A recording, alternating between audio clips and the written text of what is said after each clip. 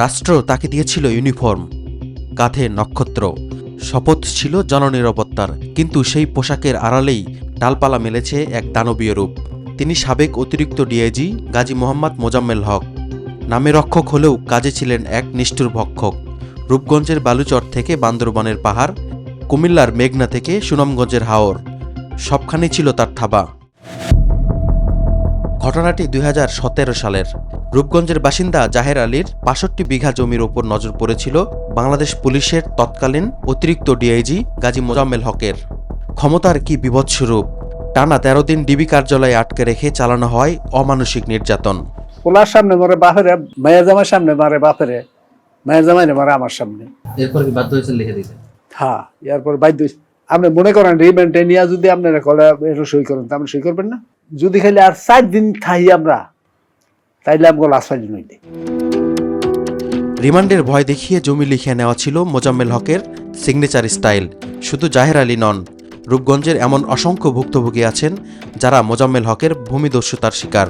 প্রায় ৪ বিঘা হেন, ও হেন ছিল ১ বিঘা, হেমুরা আছে, মানে ২-৩ হানে আমি মাছের প্রজেক্ট করছিলাম। ৬ থেকে ৭ টন মাছ সহ আমাদের প্রজেক্টটা পড়ছে, পথের ভিখারি বানাইছে। এই জায়গার লাগে কেড়ে রাত ২টা বাজাইয়া তুললা লইয়া গেছে কারে টাক পাইরা। মোজাম্মেল সাহেব, হ্যাঁ, ওনার লোক সব, তারা অফিসে চাকরি করে, এই লোকই আইছে, এই লোকই। মোজাম্মেল হকের সর্বগ্রাসী ক্ষুধা থেকে রেহাই পাননি হিন্দু সংখ্যালঘুরাও। আশেপাশে হিন্দু যারা আছে এর পাশে দা সয় সম্পদ হুনতাছি, খারা দলিল করে নিতেছে। কাউতলা মৌজা আমাদের আত্মীয় স্বজন, তারা আমার বাবার সাক্ষাৎ মামা থাকো ৫০০-৩০০ শতাংশ জমি খাড়া করে লেগে গেছে। পূর্বাচল লাগোয়া রূপগঞ্জের একাধিক মৌজায় প্রায় ৩৫০০ বিঘা জমির ওপর গড়ে তোলা হয়েছে আনন্দ হাউজিং, যার বর্তমান বাজার মূল্য অন্তত ৬,৫০০ কোটি টাকা। শুরুতে আনন্দ পুলিশ হাউজিং নাম দিয়ে সাধারণকে বিভ্রান্ত করা হলেও অনুসন্ধানে জানা যায় এটি মূলত মোজাম্মেল হক ও তার স্ত্রীর ব্যক্তিগত বাণিজ্যিক সাম্রাজ্য। স্থানীয় অন্তত একাধিক ভুক্তভোগীর অভিযোগ, এই প্রকল্পের অধিকাংশ জমি জোরপূর্বক কেড়ে নেওয়া হয়েছে অথবা নামমাত্র মূল্যে বিক্রি করতে বাধ্য করা হয়েছে জমির মালিকদের। আর এই কাজে সহযোগিতা করত স্থানীয় জনপ্রতিনিধি এবং শক্তিশালী একটি পেটোয়া বাহিনী।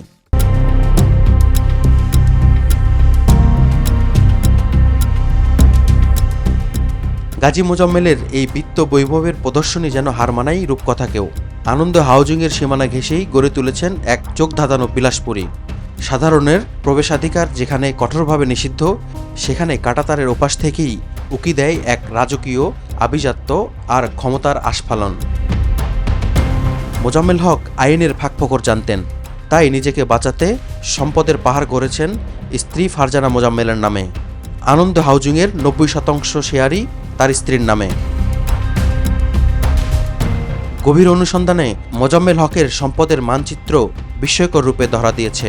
রাজধানী ঢাকার উপকণ্ঠ ড্যামরা এলাকায় ৩১% জমির ওপর স্ত্রীর নামে গড়ে তুলেছেন বিশাল এক সাম্রাজ্য, ব্রিজ ফার্মাসিউটিক্যালস। তবে এই সাইনবোর্ড বলছে স্ত্রীর নামে হলেও প্রকৃত মালিক গাজী মোজাম্মেল হক নিজেই। কুমিল্লার মেঘনা উপজেলার হরিপুর গ্রাম তার নিজ জন্মভিটা। এখানকার মাটিও ছাড় পায়নি মোজাম্মেল হকের হাত থেকে। প্রায় ২০০ বিঘা আয়তনের এই মেঘনা রিসোর্ট স্থানীয়দের কাছে ডিআইজি প্রজেক্ট নামে পরিচিত। একসময়ের প্রমত্তা নদীর প্রবাহ আটকে এবং কৃষকের ফসলি জমি বালুচাপা দিয়ে তিনি গড়ে তুলেছেন ব্যক্তিগত সাম্রাজ্য। মানে আমাদের হলো মোট ৮টা পুকুর, কিন্তু স্যারের বড় ভাইয়ের ওই ৩টা। আচ্ছা আচ্ছা। আর স্যার হলো ডিআইজি, স্যার হলো পুলিশ হেডকোয়ার্টারের, আচ্ছা, ডেভেলপমেন্ট সেক্টরের উনি ডিআইজি। মোজাম্মেল হকের থাবা শুধু সমতলে সীমাবদ্ধ থাকেনি, হাওর থেকে পাহাড় সবখানে তার পদচিহ্ন।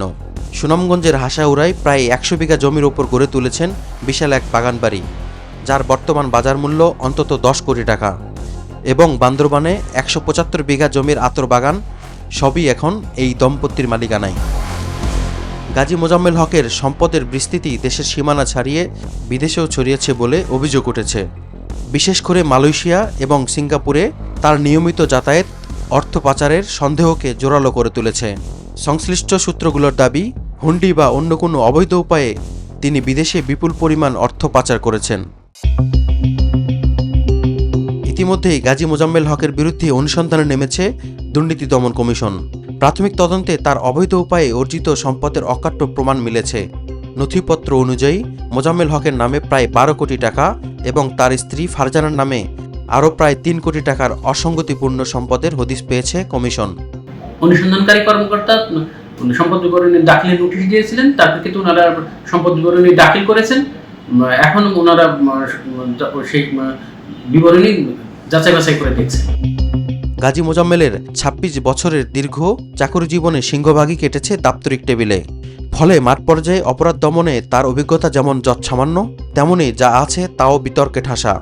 কক্সবাজারে থাকাকালে সাধারণ মানুষকে সেবা না দিয়ে উল্টো হয়রানির অভিযোগে খোদ পুলিশের এই কর্মকর্তাকেই স্থানীয়দের তোপের মুখে পড়তে হয়েছিল। পাহাড় সমান অভিযোগ মাথায় নিয়েই 2025 সালে অবসরে যান গাজী মোহাম্মদ মোজাম্মেল হক। অবসরে যাওয়ার পূর্ব মুহূর্ত থেকে লোকচক্ষুর আড়ালে থাকার চেষ্টা করলেও বর্তমানে তার আবাসন প্রকল্প সহ সব ব্যবসায়িক কার্যক্রম চলছে স্বাভাবিক গতিতেই। আমাদের হাতে আসা সাম্প্রতিক কিছু স্থিরচিত্রে দেখা যায় তিনি নিজ এলাকায় বিভিন্ন সভা সেমিনারে অনায়াসেই অংশ নিচ্ছেন। মোজাম্মেল হকের এই দখলদারিত্ব কেবল ক্ষমতার অপব্যবহারই নয়, বরং ভয়াবহ এক অপরাধ বলে মনে করছে ট্রান্সপারেন্সি ইন্টারন্যাশনাল বাংলাদেশ TIB।